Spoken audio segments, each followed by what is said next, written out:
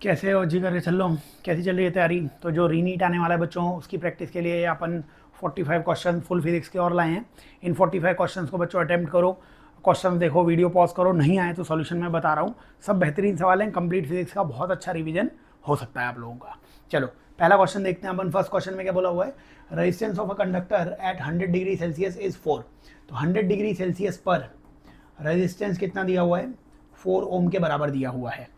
और 600 degree Celsius पर resistance कितना दिया हुआ है? 5 ओम दिया हुआ है।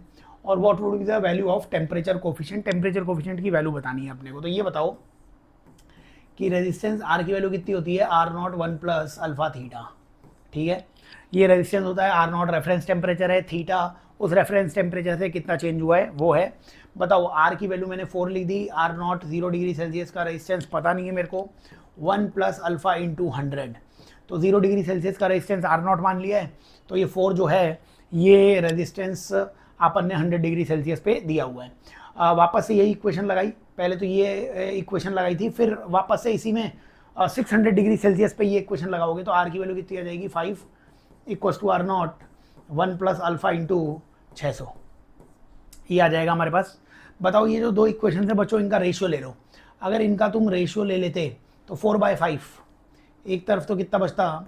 4/5, और एक तरफ 1 प्लस अल्फा इंटू 100 और 1 प्लस अल्फा और 600, ये वैल्यूज आ जाती है हमारे पास। ठीक है, चलिए क्रॉस मल्टीप्लाई करेंगे तो 4 प्लस अल्फा इंटू 2400 और 5 plus equals to 5 plus 500 alpha. तो ये अपन ने क्रॉस मल्टीप्लाई कर लिया इसे। ठीक है, बताइए क्रॉस मल्टीप्लाई करने के बाद ये इधर आएगा तो 1900 अल्फा बराबर 1। अल्फा की वैल्यू 1/1900 आ जाएगी। 1/1900 सॉल्व करने में कोई तकलीफ हो तो ये 1900 को 2000 लिख लो। अगर इसको मैं 1/2000 लिखता तो मेरा आंसर आता कितना? 5 इंटू 10 की पावर -4, क्योंकि 1/2 कितना होता? 0.5 इंटू 10 की पावर -3, 5 इंटू 10 की पावर -4। तो 2000 से डिवाइड करने पे इतना आ रहा है। 1900 से डिवाइड करोगे तो इससे बड़ा थोड़ा सा आंसर आना चाहिए। 5 इंटू 10 की पावर -4, इसने भी अप्रोक्सीमेटली ही सॉल्व किया हुआ है मतलब, और फर्स्ट इस क्वेश्चन का आंसर आ जाएगा। ठीक है, चलिए जरा नेक्स्ट क्वेश्चन की तरफ बढ़ते हैं अपन। अगले क्वेश्चन में, सेकंड नंबर के क्वेश्चन में क्या बोला हुआ है अपने से? सेकंड नंबर के क्वेश्चन में बोला हुआ है कि स्तंभ जो हैं, ये जो अपने को कॉलम्स दिए हुए हैं, इनको मिलाना है अपने को। तो बताइए सब कि क्या बोला हुआ है? Electric field inside a charge conducting sphere. Audio video clear है क्या? ठीक है, तो electric field inside charge conducting sphere. बताओ, कंडक्टिंग स्फीयर के अंदर तो इलेक्ट्रिक फील्ड वो होता ही नहीं है। तो इलेक्ट्रिक फील्ड नहीं होता है, इसका मतलब इलेक्ट्रिक फील्ड आर की पावर 0 पे डिपेंड करता है। एक्चुअली इलेक्ट्रिक फील्ड 0 होता है तो आर पे डिपेंड ही नहीं करेगा। सारे आर की टर्म्स में आंसर दिए हुए हैं, ठीक है ना। Electric field intensity uniformly charge solid non conducting sphere. बताओ, नॉन कंडक्टिंग स्फीयर के अंदर इलेक्ट्रिक फील्ड होता था KQR/R³, मतलब आर के प्रोपोर्शनल, यानी कि बी का आंसर एस आ जाना चाहिए। ठीक है, और electric field due to uniformly charge long wire, charge long wire का इलेक्ट्रिक फील्ड 2K λ/R आता था, यानी R की पावर -1, यानी सी का आंसर Q आ जाना चाहिए। सी का आंसर Q आ जाना चाहिए। Electric field outside uniformly charge conducting sphere, बाहर KQ/R², मतलब R² के इनवर्सली प्रोपोर्शनल, मतलब P आ जाना चाहिए। मतलब फर्स्ट इस क्वेश्चन का आंसर आ जाएगा। हाँ, ये A का R बन जाएगा, A का कितना बन जाएगा? R बन जाएगा, B का कितना बन जाएगा? S बन जाएगा, C का Q और D का P, ये अपना आंसर आ जाएगा। ठीक है, बढ़े आगे अपन। तो जो भी क्वेश्चंस अपन दे रहे हैं उनको समझते चलिए और बताते चलिए कि क्या क्या अपने को आंसर्स आने चाहिए। जैसे नेक्स्ट क्वेश्चन में 2 point charges -Q and +Q are located at 0, 0, -A, 0, 0, A। तो इसका मतलब ये अपने को पॉइंट चार्जेस बनाने हैं। चलिए यही z एक्सिस मान ली मैंने, ये क्या मान ली? z एक्सिस मान ली है। इस पर 0, 0, A, तो एक A डिस्टेंस पर है। A डिस्टेंस पर कौन है? A डिस्टेंस पे दूसरा चार्ज Q है। A डिस्टेंस पे चार्ज Q है, और 0, 0, -A पे तो एक कोऑर्डिनेट -A आएगा, लेकिन डिस्टेंस तो A ही आएगी, और यहाँ पर चार्ज -Q है। और 0, 0, Z मतलब एक पॉइंट है P जो कितनी डिस्टेंस पे है, Z डिस्टेंस पे, और Z की वैल्यू A से बड़ी दे रखी है, हमें पोटेंशियल बताना है। तो बच्चों पोटेंशियल तो स्केलर होता है, दोनों पॉइंट चार्जेस के कारण लिख दो। बताओ इस Q के कारण पोटेंशियल कितना आएगा, KQ अपॉन Z माइनस ए। Z माइनस ए कैसे आ गया बच्चों, ये वाली डिस्टेंस मेरे को कितनी दिख रही है, Z माइनस ए। पॉइंट चार्ज का फॉर्मूला कितना, KQ/R। अच्छा दूसरे वाले का पोटेंशियल ऐड करना पड़ेगा, दूसरे वाले चार्ज का पोटेंशियल प्लस K, लेकिन उसका चार्ज माइनस Q, और डिस्टेंस कितनी आ जाएगी वहां से, Z प्लस ए आ जाएगी। डिस्टेंस Z प्लस ए कैसे आ जाएगी, ये Z है और ये वाली डिस्टेंस A और आ जाएगी। बस यही आंसर है बच्चों। अब इसमें आप क्या करो कि कॉमन वगैरह ले लो, जैसे KQ कॉमन ले लिया मैंने यहाँ से, ये Z एक्सिस, ये KQ मैंने कॉमन ले लिया, KQ कॉमन लिया तो इधर ब्रैकेट में क्या बचेगा, 1/Z माइनस ए और माइनस 1/Z प्लस ए। तो ये हमारे पास KQ कॉमन लेने के बाद आ गया। बताओ यहाँ से KQ तो KQ रह गया, नीचे एलसीएम कितना आएगा, Z² माइनस A², ऊपर आएगा Z प्लस ए, ऊपर आएगा Z प्लस ए, और माइनस में माइनस Z प्लस ए। देखो ये Z से Z कैंसिल हो गया, आंसर आएगा KQ2A, KQ2A upon Z² minus A²। K को 1/4 पाई एप्सिलॉन नॉट लिख सकते थे, तो 2QA, देखो 2QA, ये 2QA ऊपर लिखा हुआ है, K को नीचे लिख दिया 1/4 pi epsilon not Z² minus A²। तो थर्ड इस क्वेश्चन का आंसर बड़ी आसानी से आ जाना चाहिए था। हो जाएगा सॉल्व। चले आगे अपन, चलिए जरा नेक्स्ट क्वेश्चन की तरफ बढ़ते हैं अपन। फोर्थ क्वेश्चन आ गया है बच्चों। बताओ इस फोर्थ क्वेश्चन की अगर अपन बात करें तो फोर्थ क्वेश्चन में अपने को क्या बोला हुआ है कि wire of area of cross section 10⁻⁻6 metre square wire है जिसका क्रॉस सेक्शन एरिया दिया हुआ है, is increased in length, length में इंक्रीज दे रखी है, टेंशन 1000 न्यूटन का है। तो यंग मॉडुलस बताओ बच्चों, यंग मॉडुलस का फॉर्मूला होता था force upon area delta L/L, मतलब स्ट्रेस अपॉन स्ट्रेन, वो होता था फॉर्मूला। यंग मॉडुलस की वैल्यू चाहिए, फोर्स कितना दिया हुआ है, फोर्स दिया हुआ है 1000 अपॉन एरिया, एरिया कितना है 10⁻⁻6, लेंथ कितनी दे रखी है। अच्छा अब इसमें ये L/डेल्टा L है ना, इसको क्या करो ऐसे ही लिख देता मैं, डेल्टा L/L लिख देता, ठीक है ना, डेल्टा L/L। और तुम्हें पता है डेल्टा L/L इंटू 100, ये क्वेश्चन ने 0.1 दिया है, तो डेल्टा L/L की जगह डिनोमिनेटर में क्या लिख सकता हूं मैं, 0.1/100, 0.1/100, ठीक है क्या, कितना आ जाएगा ये, 1000 तो था ही, 10⁻⁻6 ऊपर जाके 10⁻6, और ये पॉइंट हटाओगे एक 0 और 1000 और, तो कितना आ गया ये 10⁻12, 10⁻12, यानी फर्स्ट इस क्वेश्चन का आंसर वो आने वाला है, ऐसा लग रहा है हमें। ठीक है बढ़े आगे, चलिए जरा नेक्स्ट क्वेश्चन की तरफ बढ़ते हैं अपन। अगला क्वेश्चन ऑप्टिक्स का क्या दिया हुआ बच्चों, figure shows deviation angle of prism अपने को बताना है। बताइए डेविएशन का फॉर्मूला होता था I plus E minus A, deviation 30 दिया हुआ है, डेविएशन 30 दिया हुआ है, I की वैल्यू अगर 10 होगी तो उस समय E की वैल्यू कितनी दे रखी है, 60 माइनस A, ठीक है ना। ये दोनों तरफ से अगर एंगल ऑफ इंसिडेंस 10 है तो एंगल ऑफ रिफ्रैक्शन जो बाहर निकलने का 60 डिग्री हो जाएगा, I को 60 रखोगे तो वो R 10 हो जाएगा। तो सिंपल से फॉर्मूले में वैल्यूज फीड कर देना, A की वैल्यू यहाँ से कितनी दिख रही है, 70 माइनस 30 यानी 40, इस क्वेश्चन का आंसर आ जाना चाहिए। हो जाएगा ये क्वेश्चन भी सॉल्व।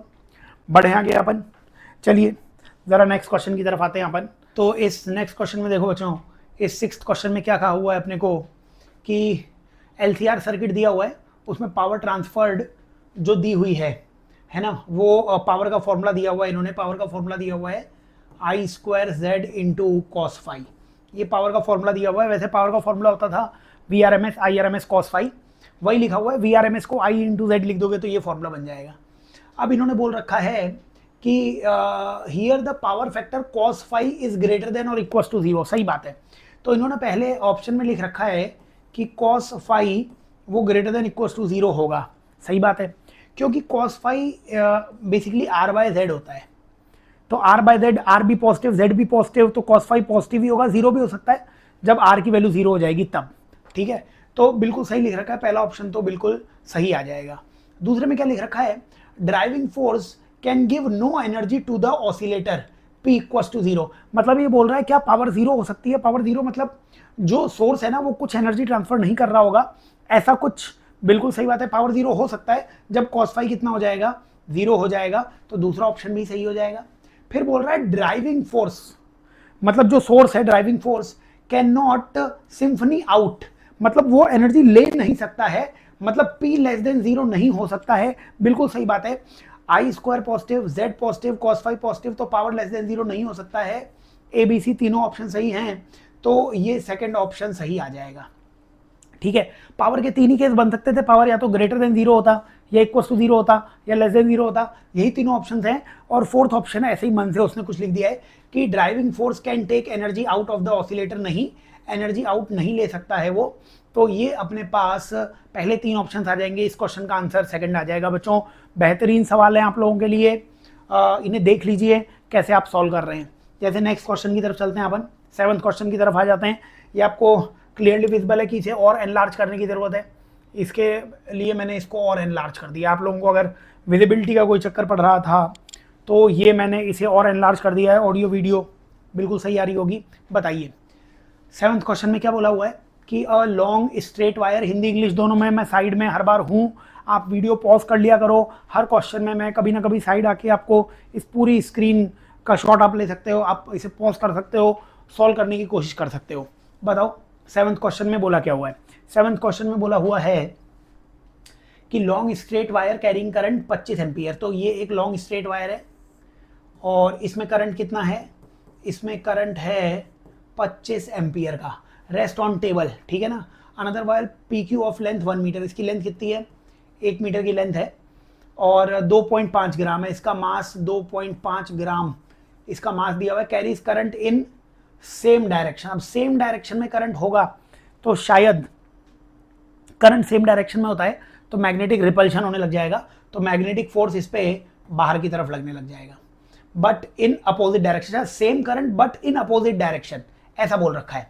अच्छा सेम डायरेक्शन में करंट होता तो अट्रैक्शन लगता, वैसे सेम डायरेक्शन में करंट होता तो अट्रैक्शन लगता, अपोजिट डायरेक्शन में करंट होगा, अगर अपोजिट डायरेक्शन में करंट तो रिपल्शन लगता होगा। तो सेम करंट बोला हुआ है उसने, लेकिन same current but in opposite direction, तो अपोजिट डायरेक्शन और अपोजिट डायरेक्शन में ये रिपल्सिव फोर्स, तो मैग्नेटिक फोर्स ऊपर लग जाएगा। कोई कंफ्यूजन हो तो मैग्नेटिक फील्ड निकाल लिया करो। बताओ इस वायर के कारण मैग्नेटिक फील्ड किधर आता, अंदर की तरफ आता, तो इस वायर के कारण मैग्नेटिक फील्ड अंदर की तरफ आता, क्रॉस में जाता। अब आई एल क्रॉस बी से डायरेक्शन निकालो, एल इधर बी अंदर, एल क्रॉस बी ऊपर आ गया तो मैग्नेटिक फोर्स ऊपर ही आ जाएगा। वेन एवर इन डाउट, आप इतनी थ्योरी पढ़ रखी है आपने कि खुद से जस्टिफाई कर लिया करो, बट ये बहुत आसान से रिजल्ट हैं जो सबको याद ही रहते हैं। कोई फंबलिंग मत करना, सेम डायरेक्शन में करंट तो मैग्नेटिक फोर्स अट्रैक्टिव लगता था, अपोजिट डायरेक्शन में करंट तो रिपल्सिव लगता था। सेम करंट है लेकिन अपोजिट डायरेक्शन में। अब पी क्यू फ्री है to slide to what height P Q rise, P Q किस हाइट पे रहेगा बच्चों, ऊपर मैग्नेटिक फोर्स लग रहा है तो नीचे एम जी लग रहा होगा, तो ये कब तक रेस्ट में रह सकता है, जब मैग्नेटिक फोर्स और एम जी क्या नहीं हो जाए, बराबर नहीं हो जाए। बताओ मैग्नेटिक फोर्स क्या लिखोगे, पर यूनिट लेंथ पे मैग्नेटिक फोर्स कितना होता था, पर यूनिट लेंथ पे मैग्नेटिक फोर्स होता था mu naught I1 I2 by 2 pi D. ये 1 मीटर वायर पे फोर्स था तो L मीटर पर फोर्स कितना आएगा इंटू L, इसको mg के बराबर कर दो बच्चों। यहाँ से तुम्हारे पास हाइट आ जानी चाहिए, ये हाइट h को ही मैंने d मान लिया, mu naught I1 I2 by 2 pi D. Values लिख दो सारी यहाँ पे। चलो म्यू नॉट की वैल्यू क्या लिखोगे, 4 पाई इंटू 10 की पावर -7, ये तो म्यू नॉट लिख दिया। I1 I2 सेम करंट तो 25 इंटू 25 लिखना पड़ेगा, है ना, 25 इंटू 25, ये I1 I2 की वैल्यू लिख दी, अपॉन 2 पाई डी की वैल्यू मेरे को निकालनी है, इंटू L 1 मीटर है तो 1 से मल्टीप्लाई कर सकते थे, equals to mg equals to n, m की वैल्यू कितनी दे रखी थी 2.5 ग्राम, तो 2.5 अपॉन 1000 और g मतलब 10 और लिख सकते हैं यहाँ पे। अब इसे सॉल्व कर लो। बताओ अगर हम इसे सॉल्व करें तो ये एक पाई से ये पाई ये कैंसिल हो रहा है, ठीक है। ये 2 से इस 2.5 को मल्टीप्लाई करूंगा तो कितना हो जाएगा 5 से इसको कैंसिल किया, ये भी कितना आ गया 5 आ गया, ठीक है। और चलो इस g 0 से एक 0 कैंसिल कर दिया तो ऊपर बाकी क्या रह गया 4 इंटू 5 कितना हो गया 20 इंटू 25, तो 20 × 25, एक तो ये बाकी रह गया 20 × 25, 10⁻⁻7 बाकी रह गया, 10⁻⁻7 बाकी रह गया, 20 × 25 10⁻⁻7, नीचे d बाकी रह गया और इधर बाकी रह गया बेटा जी 1/100। ठीक है, तो कितना आ गया 25 2 जा कितना होता है 50, 50 और एक 0, तो कितना आ गई d की वैल्यू यहाँ से 50 और एक 0, मतलब 25 × 20 को 500 लिख दिया और 2 0 इसके भी आए और इंटू 10⁻⁻7, तो ये कितना आ रहा है यहाँ से 4 और 3 5 इंटू 10⁻³ मीटर, या 0.5 इंटू 10⁻² मीटर, या 0.5 सेंटीमीटर। 0.5 सेंटीमीटर के आसपास कोई आंसर दिख रहा हो, सेकंड इस क्वेश्चन का आंसर आ जाएगा। ऑडियो वीडियो बिल्कुल क्लियर है, सही है, बताइए हो रहे हैं क्वेश्चन सॉल्व। चलिए नेक्स्ट क्वेश्चन की तरफ बढ़ते हैं अपन। बताओ इस नेक्स्ट क्वेश्चन को देखो, प्रोजेक्टाइल मोशन का क्वेश्चन दिख रहा है। बताइए क्या बोला हुआ है, cricket fielder can throw a cricket ball with speed v0। तो कोई फील्डर है वो v0 से फेंक सकता है। If he throws the ball while running with speed u, अब जो पर्सन है वो पर्सन खुद किससे मूव कर रहा है u से, और at an angle theta to the horizontal. If he throws the ball while running with speed u, अब वो खुद u से जा रहा है और बॉल को v0 से फेंक सकता है एट एंगल थीटा। हमें क्या निकालनी है, हॉरिजॉन्टल रेंज निकालनी है। बच्चों ये बताओ इस v0 का हॉरिजॉन्टल कंपोनेंट कितना आएगा, v0 cos थीटा। इसका वर्टिकल कंपोनेंट कितना आएगा, v0 sin थीटा।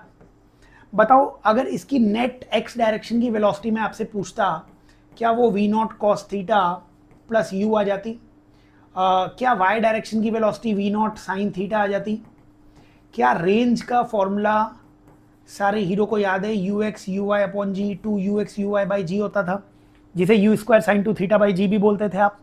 इसमें सारी वैल्यूज फीड कर दो बच्चों, 2 ux की जगह v0 cos theta plus u, uy की जगह v0 sin थीटा और divide by g।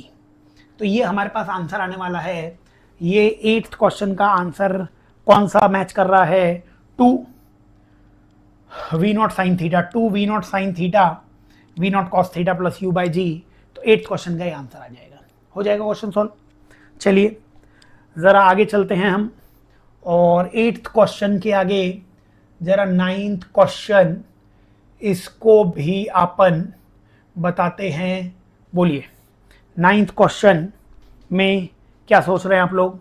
9th question में क्या बोला गया है, वाटर स्प्रे गन, एक वाटर स्प्रे गन है मतलब पिचकारी मान लो, is attach to a hole of cross section area this.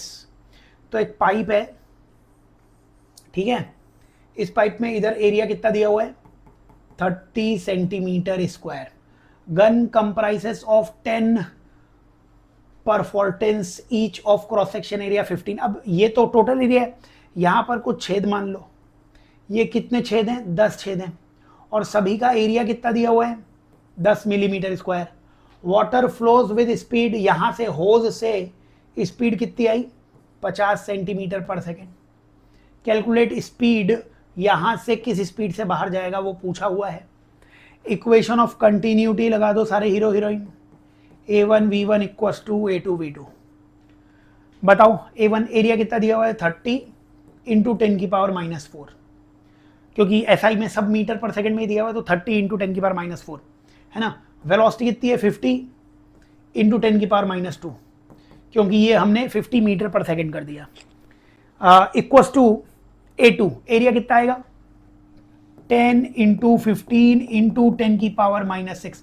10 छेद थे, एक का एरिया है 15 मिलीमीटर स्क्वायर के लिए 15 इंटू 10⁻�6, और 10 छेद थे तो 10, तो ये a into v2 multiply by v2 और है, v2 मैंने नीचे लिख दिया। बस यहाँ से सॉल्व कर लो बच्चों। ये कितना है देखो 10⁻⁻4 और -2 कितना होता है, ये 10⁻⁻6, और ये भी कितना है 10⁻⁻6। अब इधर क्या बाकी रहा 30 इंटू 50, उधर क्या बाकी रहा 150 v2, ठीक है। 3 5 जा 15 से 15 कैंसिल, एक 0 से 0 कैंसिल, एक 0 मतलब 10 बाकी रह गया, यानी 10 मीटर पर सेकेंड, यानी सेकेंड इस क्वेश्चन का आंसर वो आ जाना चाहिए। हो जाएगा क्वेश्चन सॉल्व। चलो आगे बढ़ो, जरा 10th क्वेश्चन पे आ जाओ। बहुत ही बेहतरीन सवाल है, बहुत ही बेहतरीन सवाल ये आपको देखने को मिलेगा।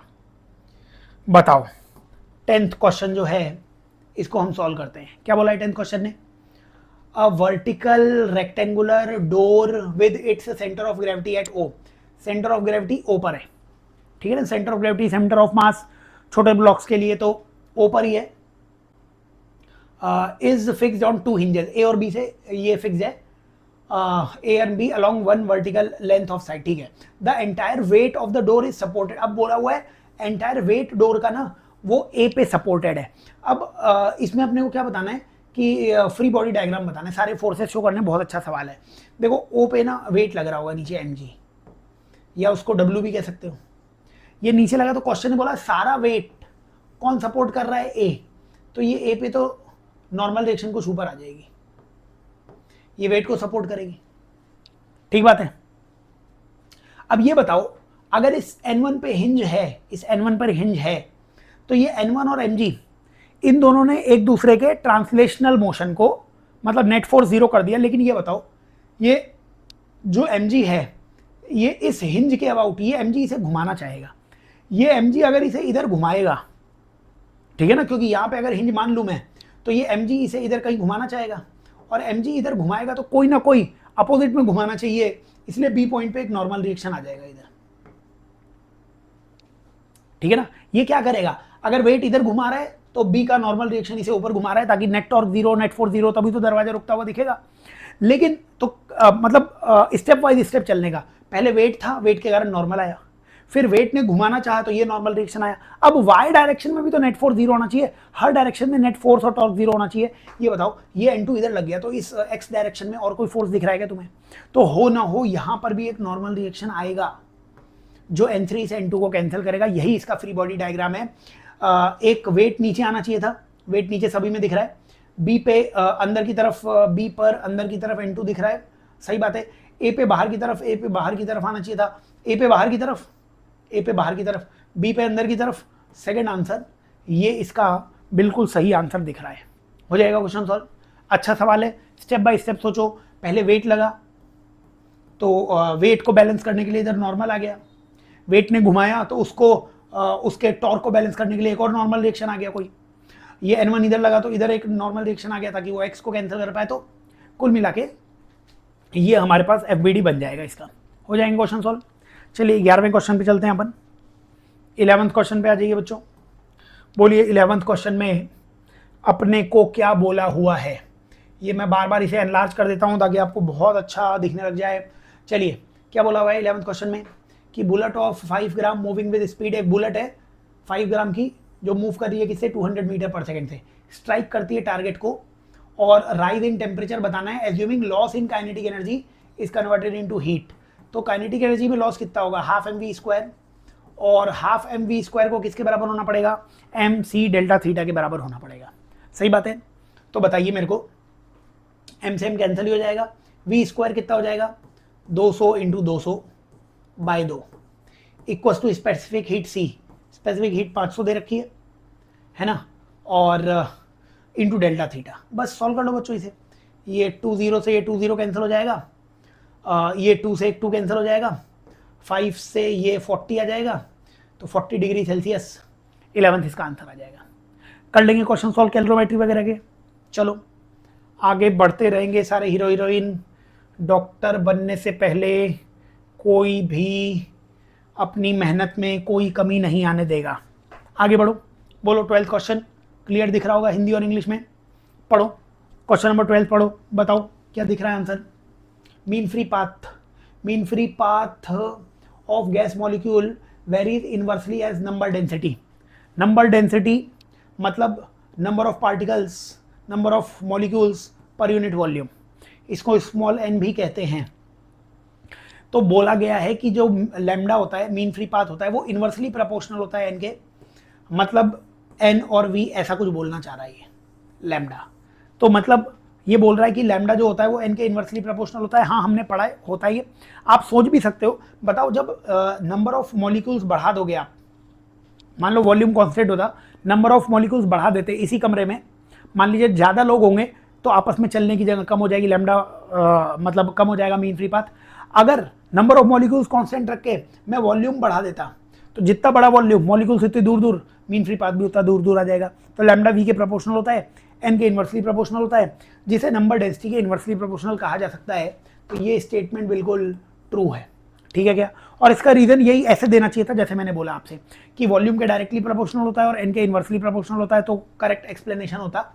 लेकिन बोल रखा है mean free path is defined as average distance travelled by molecule between two successive collision. ये तो मीन फ्री पाथ की डेफिनेशन बता दी इसने ये थोड़ी ना बताया कि mean free path inversely proportional number density के कैसे है। तो ये भी बात सही है, वो भी बात सही है, लेकिन दोनों बातें सही होने के बावजूद रीजन सही नहीं है, सेकंड इसका आंसर आ जाएगा। हो जाएगा क्वेश्चन सॉल्व। चलिए जरा हम आगे चलते हैं। क्वेश्चन नंबर 13 आ चुका है बेटा जी। तो यूनिट डायमेंशन एरर मेजरमेंट, उसमें काफ़ी सारे क्वेश्चंस आपको देखने को मिलेंगे। तो ये भी एक पैटर्न का क्वेश्चन है जो आपको देखने को मिलेगा। बताइए 13 क्वेश्चन में सीजीएस सिस्टम में फोर्स दिया हुआ है आपको, तो फोर्स कितना दिया हुआ है? 100 डाइन दिया हुआ है सीजीएस सिस्टम में। मतलब 100 डाइन मतलब वही मास इंटू एक्सेलरेशन, मास को ग्राम लिखना चाहिए था, एक्सेलरेशन को सेंटीमीटर पर सेकेंड स्क्वायर लिखना चाहिए था। अब एक नया सिस्टम बनाया गया जहाँ पे 1 किलोग्राम है, 1 मीटर है और 1 मिनट है यूनिट, और हमें बताना है वहाँ पे फोर्स अब किसके बराबर हो जाएगा। अब या तो इसे N1U1 बराबर N2U2 करो, या फिर यहीं पे कन्वर्जन कर लो। देखो 100 है ना, इसको मैं 1000 ग्राम और नीचे भी ये 1000 ग्राम लिख दिया मैंने, ठीक है क्या। तो इसको मैंने क्या किया, एक्चुअली ये 1000 से मल्टीप्लाई डिवाइड कर दिया, 1000 से मल्टीप्लाई डिवाइड, ये ऊपर ग्राम था और ये 1000 से मल्टीप्लाई डिवाइड कर सकता हूँ मैं, ठीक है। ऐसे ही सेंटीमीटर को मैंने 100 से मल्टीप्लाई डिवाइड कर दिया, सेंटीमीटर था यहाँ पे। और नीचे जो सेकंड था, तो सेकंड को मैंने क्या किया, 60 से मल्टीप्लाई और 60 से डिवाइड कर दिया, उसका स्क्वायर। ये सब मैंने इसलिए किया ताकि मेरे को 1 किलोग्राम, 1 मीटर और 1 मिनट बन जाए। अब बताओ ये क्या बन गया यहाँ पे, 100 डिवाइड बाय 1000, 100 डिवाइड बाय 1000, और ये 1000 किलोग्राम मतलब 1000 ग्राम, इसको किलोग्राम लिख दिया, किलोग्राम में तो बदलना था हमें। अच्छा, ये 100 सेंटीमीटर को मीटर लिख दिया और नीचे एक 100 बाकी रह गया, और ये ऊपर 60 सेकंड, 60 सेकंड को मिनट का स्क्वायर लिख दिया अपॉन में, और 60 का स्क्वायर ऊपर आ गया। तो हमें जो डिजायर्ड यूनिट चाहिए थी मिल गई क्या, वो किलोग्राम, मीटर और मिनट स्क्वायर में। तो क्या क्या बाकी रह गया, 1 2 3 4, 4 जीरो से 1 2 3 4, 4 जीरो कैंसिल, 36/10, 3.6, यानी कि थर्ड इस क्वेश्चन का आंसर आ जाएगा। N1U1 N2U2 से कर लेते, या नॉर्मली आप जैसे भी कैलकुलेशन करना चाहो हो जाना चाहिए ये सवाल, कर लोगे। चलिए नेक्स्ट क्वेश्चन की तरफ बढ़ते हैं अपन, अगले क्वेश्चन की तरफ आ गए अपन, क्वेश्चन नंबर 14 की तरफ आ गए हैं। बोलो 14 नंबर में क्या बोला है, 2 tuning fork A and B are sounded giving rise 8 beats in 2 second. तो A और B है, और ये क्या दे रहे हैं, 8 बीट्स पर 2 सेकेंड, मतलब 4 बीट्स पर सेकेंड दे रहे हैं, ठीक है। व्हेन A इज लोडेड, अब A को क्या कर दिया, लोड कर दिया। लोड करने का मतलब वैक्सिंग कर दी, तो उसकी फ्रीक्वेंसी कम हो गई होगी। देन बीट्स फ्रीक्वेंसी, अब 4 बीट्स पर सेकेंड आने लग गए। अब A और B में क्या आने लग गए, 4 बीट्स इन 2 सेकेंड, यानी क्या आने लग गए, 2 बीट्स पर सेकेंड आने लग गए। अब बोल रखा है B की फ्रीक्वेंसी अगर 380 है तो A की कितनी होगी ओरिजिनल फ्रीक्वेंसी। अब बताओ अगर B की 380 थी, B की, तो शुरुआत में A और B का डिफरेंस 4 था कि नहीं था। तो A को तुम या तो 376 मान लेते या 384 मान लेते, A को, इन दोनों में से ही कुछ होगा। अब तुमने लोड कर दिया, मतलब A की फ्रीक्वेंसी कम कर दी, चलो कम कर दो, इसको 375 कर दो, इसको 383 कर दो। अब कम करने पर बीट फ्रीक्वेंसी कम हो जानी चाहिए, 2 हो जानी चाहिए कम। अब बताओ 380 और 375, पहले ये 4 थी, अब ये बीट फ्रीक्वेंसी 5 हो गई, मतलब यहाँ पे तो बीट फ्रीक्वेंसी बढ़ रही है, हमें तो घटानी थी। तो यही आंसर होगा 384, क्योंकि देखो 384 थी तो पहले इसकी बीट फ्रीक्वेंसी 4 थी, अभी इसकी बीट फ्रीक्वेंसी 380 और 383 की 3 हो गई है, थोड़ा और लोडेड कर दोगे ये 382 हो जाएगी, तब बीट फ्रीक्वेंसी 2 हो जाएगी, यानी 384, यानी कि फर्स्ट इस क्वेश्चन का आंसर आ जाना चाहिए था। हो जाएगा क्वेश्चन सॉल्व। बढ़े आगे, चलिए। तो सारे कंसेप्ट्स देखते चलिए, कुछ भी डाउट लगे तो बता दीजिए, और बहुत अच्छा रीनीट का पेपर दे के आना है आप लोगों को। बोलो क्वेश्चन ने क्या बोल रखा है कि car moving with speed 54 kilometre per our, तो 54 इंटू 5/18 कर लो, और 18 3 जा यानी कि 15 मीटर पर सेकेंड, ये आपको स्पीड दे रखी है, रेडियस भी दे रखा है। The simple pendulum is suspended from the ceiling of car, determine the angle. अब बहुत ही स्टैंडर्ड सा क्वेश्चन है। अगर कार मूव कर रही है और टर्न ले रही है, तो देखिए ये कार है, ये कार के अंदर कोई सिंपल पेंडुलम वगैरह रहा होगा, मान लीजिए कार टर्न ले रही होगी, तो जो अगर अपन इस तरीके से सर्कल मान ले, कोई ऐसा सर्कल रहा होगा, ये कार ऐसे घूम रही होगी, तो इसमें बाहर की तरफ लग रहा होगा v²/r, AC लग रहा होगा, नीचे क्या लग रहा होगा, G लग रहा होगा, ठीक है ना। और इन दोनों का जो रिजल्टेंट आएगा, रस्सी हमेशा कहाँ रहती है, नेट फोर्स के अलॉन्ग रहती है। तो वर्टिकल से एंगल अगर मैं ये थीटा बोलूँ, तो tan थीटा की वैल्यू यहाँ पे मेरे को AC/G दिख रही है। बाहर AC लग रहा होगा मतलब M इंटू AC लग रहा होगा, नीचे G लग रहा है मतलब mg लग रहा होगा, तो कैंसिल हो जाएंगी चीज़ें M से M, तो tan थीटा AC/G आ जाएगा, AC v²/rg। v² कितना हो जाएगा, 15 इंटू 15, r की वैल्यू कितनी दे रखी है, 20, g की वैल्यू कितनी, 10। चलिए 5 से कैंसिल कीजिए, 5 3 जा 15, 5 2 जा 10, 5 से कैंसिल कीजिए, 5 4 जा 5 3, तो ये आ जाएगा 9/8। 9/8 कितना होता है, 1.125, तो tan थीटा की वैल्यू आ जाएगी 1.125, यानी थर्ड इस क्वेश्चन का आंसर आ जाना चाहिए। हो जाएगा क्वेश्चन सॉल्व। बढ़े आगे, बोलो नेक्स्ट क्वेश्चन की तरफ चलो जरा। अगले क्वेश्चन में बताओ क्या कहा हुआ है। क्वेश्चन नंबर 16 को देखो और बोलो। क्वेश्चन नंबर 16 में क्या कहा हुआ है कि body is moving unidirectional under the influence of source of constant power supplying energy.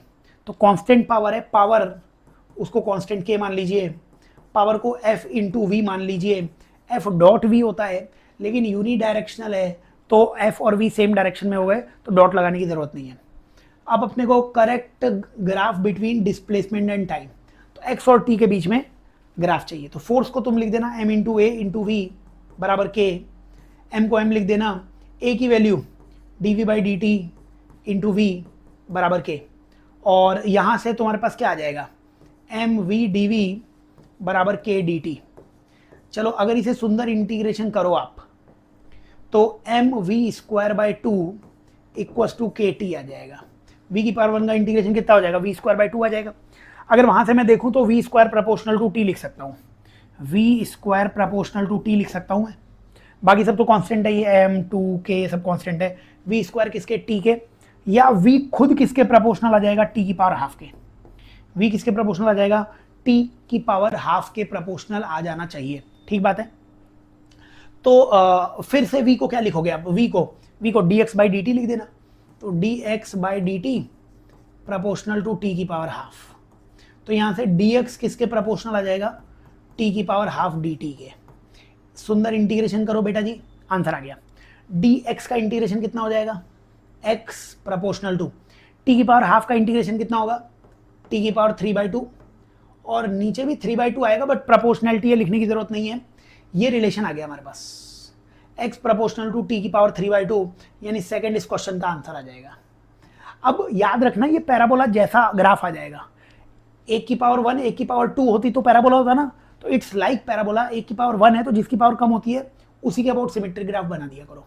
तो 16 क्वेश्चन का आंसर पैराबोला के कंसेप्ट से आ जाएगा। ग्राफ देख लेना क्या क्या दिए हुए, कर लोगे क्वेश्चन सॉल्व। आओ जरा नेक्स्ट क्वेश्चन की तरफ बढ़ते हैं अपन। अगले क्वेश्चन में क्या बोला हुआ है, नेक्स्ट क्वेश्चन 17th नंबर का क्वेश्चन पढ़ो, बताओ क्या रहा है 17th नंबर के क्वेश्चन में। अगर आप पढ़ेंगे, बोलो 17th नंबर का क्वेश्चन क्या बोला हुआ 17th नंबर के क्वेश्चन में कि 2 moles of an ideal monoatomic gas at temperature T mixed with 6 mole of another ideal monoatomic gas. पहले भी मोनोएटॉमिक है, बाद में मोनोएटॉमिक है। टेम्परेचर ऑफ मिक्सचर, बच्चों टेम्परेचर ऑफ मिक्सचर का फॉर्मूला होता है N1T1 plus N2T2 upon N1 plus N2। अगर एटोमिसिटी सेम है, दोनों मोनोटॉमिक गैस है इसलिए, अगर अलग अलग एटोमिसिटी होती तो यहाँ पे आता है N1CV1T1 N2CV2T2, नीचे N1CV1 N2CV2। बताओ N1 2 मोल्स, टेम्परेचर पहले का T, दूसरे के 6 मोल्स, उसका टेम्परेचर 2T, नीचे 2 + 6, ये 12 और 2 14T/8, तो 7T/4, यानी कि 17th का आंसर वो 4th आ जाएगा। हो जाएगा question solve.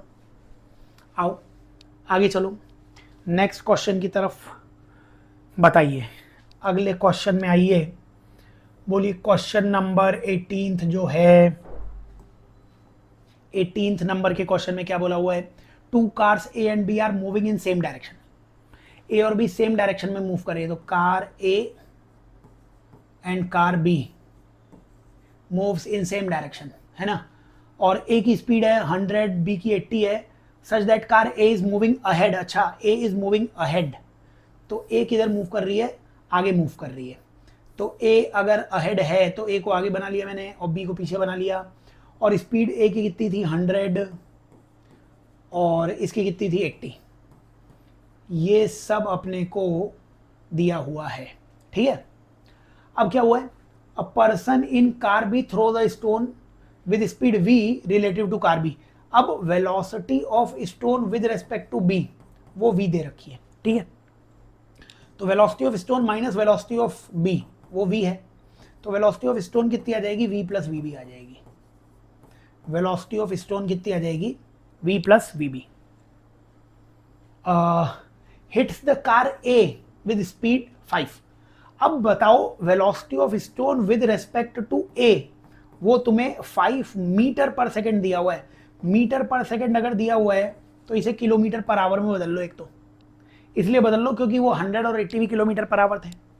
Velocity of stone minus velocity of A, उसकी वैल्यू 18 दी हुई है तुम्हें, बस इसमें तुम वैल्यूज फीड करो। बोलो इस इक्वेशन में मैंने वैल्यूज फीड करी। वेलोसिटी ऑफ स्टोन कितनी दे रखी है? v plus V B minus V A कितना? 100 इक्वस टू 18, और वी बी की वैल्यू कितनी है? वी बी की वैल्यू 80, तो ये 80 लिखा हुआ है। बताओ 80 माइनस 100 माइनस 20 उधर गया तो v की वैल्यू 38 आ गई। याद है 38 जैसा कोई ऑप्शन दिख भी रहा है कि नहीं दिख रहा है? 18th का थर्ड आंसर आ जाएगा। हो जाएगा क्वेश्चन सॉल्व।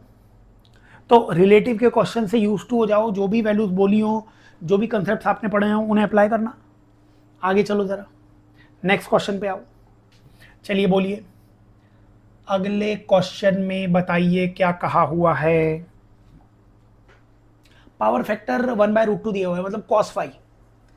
पावर फैक्टर मतलब cos फाई की वैल्यू कितनी दे रखी है? 1/√2, यानी फाई की वैल्यू कितनी होगी? 45 डिग्री, ठीक है ना। फाई की वैल्यू कितनी होगी? 45 डिग्री। और कैसे भी सॉल्व कर लो अब आप इसे।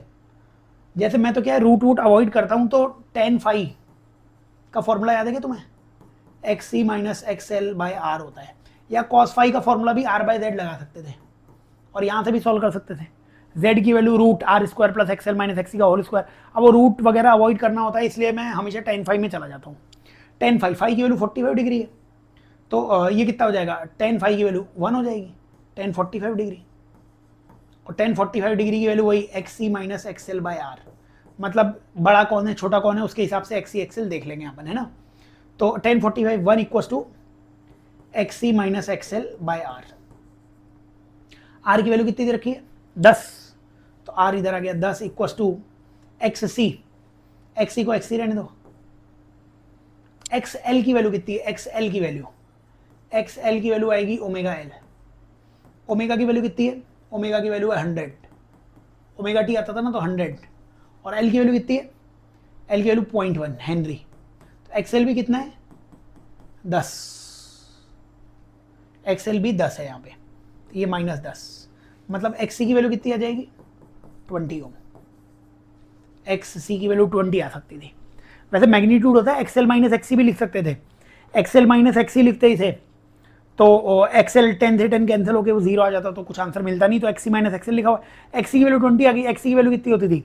1/ω c, तो 1/ω/c की वैल्यू 20 दे रखी है, तो c की वैल्यू कितनी आ जाएगी 1/ω और 20, यानी कितनी आ जाएगी 0.5 इंटू 10 की पावर -3। 0.5 इंटू 10 की पावर -3 मतलब 1000 से मल्टीप्लाई डिवाइड कर देना तो 500 माइक्रो फैराड आ जाएगी। कर लोगे सवाल? आगे बढ़ो, 20वें सवाल पे आओ। फिर क्वेश्चन नंबर 20 पर आ जाइए। बोलिए, ऑडियो वीडियो सब क्लियर दिख रहा है आपको? बोलिए। इसमें हम क्वेश्चन नंबर अगर 20 की बात करें, क्या बोलो 20 नंबर के क्वेश्चन में a parallel plate capacitor is connected to battery. Parallel plate capacitor है, बैटरी से कनेक्टेड है। टू सिचुएशंस हैं। सिचुएशन ए क्या बोल रखी है key is kept closed and plates of capacitor are moved apart. Key तो क्लोज है और प्लेट्स को दूर ले गए। अब ये बताओ जब की क्लोज रहती है तो क्या पोटेंशियल कांस्टेंट रहेगा? हाँ, वी कांस्टेंट रहेगा, हमें पता है। बैटरी कनेक्टेड है। और बताओ जब प्लेट्स को दूर ले जाओगे तो सी की वैल्यू होती थी ε0A/d। डी को तुमने बढ़ा दिया तो कैपेसिटेंस घट जाएगा।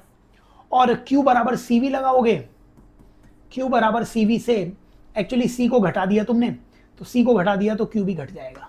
तो मैंने यहाँ पे तीनों चीजें बता दी कि A सिचुएशन में क्या होगा, V कांस्टेंट रहेगा, C घटेगा और C घटेगा और Q भी घटेगा।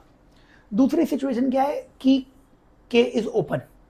जब की ओपन रहती है बेटा जी तो हम चार्ज को कांस्टेंट मानते थे। फिर plates of capacitor are moved, अगर कैपेसिटर की प्लेट्स को मूव किया है तो ε0A/d distance are moved apart, distance बढ़ाओगे अगेन, कैपेसिटेंस अगेन क्या हो जाएगा, कम हो जाएगा। और Q बराबर CV लगाओगे, Q कांस्टेंट है तो C अगर घटा है तो V को बढ़ना पड़ेगा। तो मैंने A और B की सारी सिचुएशन लिख दी है। अब हमें सही ऑप्शन जो चुनना है वो आप बता दो। इन A Q रिमेन्स कांस्टेंट, नहीं A में तो V कांस्टेंट है, गलत हो गया। इन B V रिमेन्स कांस्टेंट, इन B में तो Q कांस्टेंट है। इन A V remains same, in A V remains same, सही बात है। Hence Q changes, Q change होगा, बिल्कुल सही बात है। तो थर्ड ही सही आ गया, फिर तो हमारे तो सिंगल चॉइस ही रहते हैं। फोर्थ भी पढ़ लो, इन B Q रिमेन्स सेम, हाँ B में Q remains same and hence V remains constant, गलत, V कांस्टेंट नहीं, V चेंज होएगा। थर्ड आंसर आ जाएगा। कर लोगे क्वेश्चन सॉल्व? तो ये QC सेक्शन होता है, QCEVU सेक्शन, वो आप पढ़ लो, कैपेसिटर की शीट में से आ जाएंगे ये सब सवाल। आगे बढ़ो, जरा बताइए क्वेश्चन नंबर 21। बोलो 21 नंबर के क्वेश्चन ने क्या बोल रखा है, the bodies of mass this and this velocity of centre of मास। बोलो सेंटर ऑफ मास की वेलोसिटी का फॉर्मूला कितना होता है, m1 v1 m2 v2 upon m1 plus m2।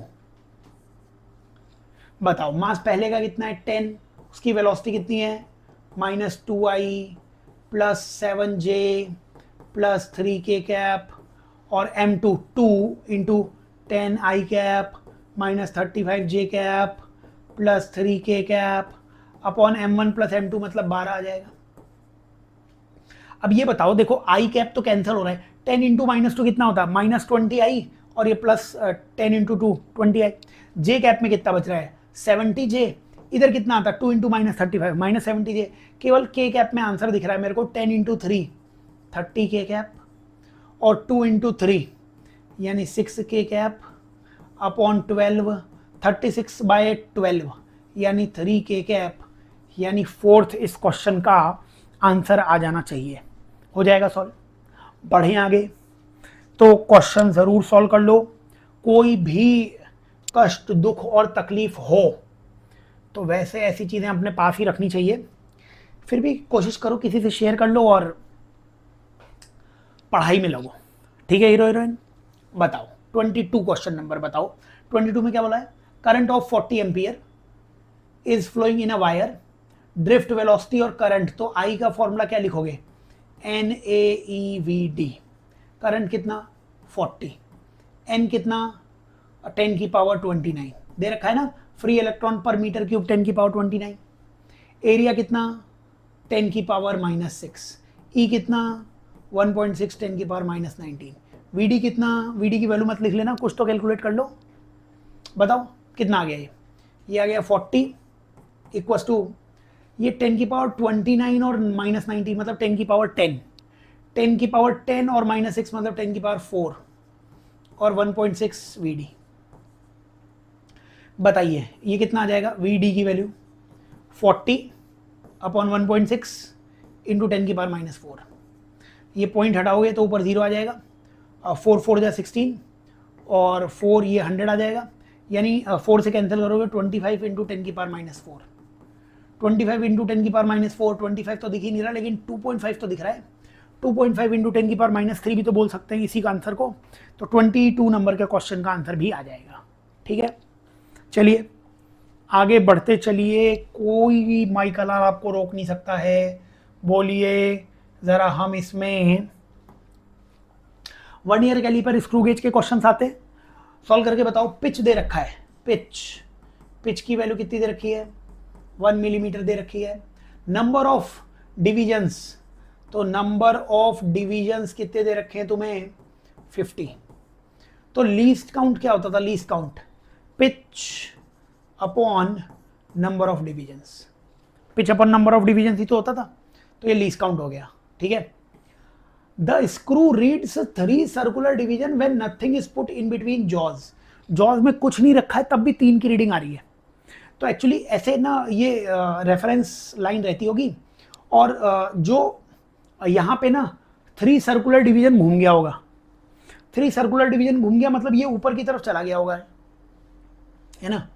तो 3 सर्कुलर डिवीजन घूमने का मतलब है कि जैसे अगर मान लो कोई एरर नहीं होती, कोई एरर नहीं होती तो ये 0 होता, ये 1 2 और इधर 3 ऐसा कुछ आता।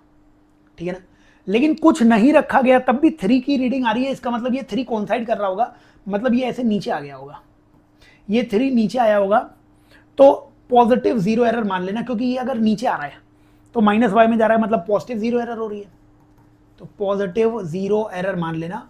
पॉजिटिव 0 एरर कितनी आएगी? Coinciding division into least count, 3 into least count, वो भी प्लस में।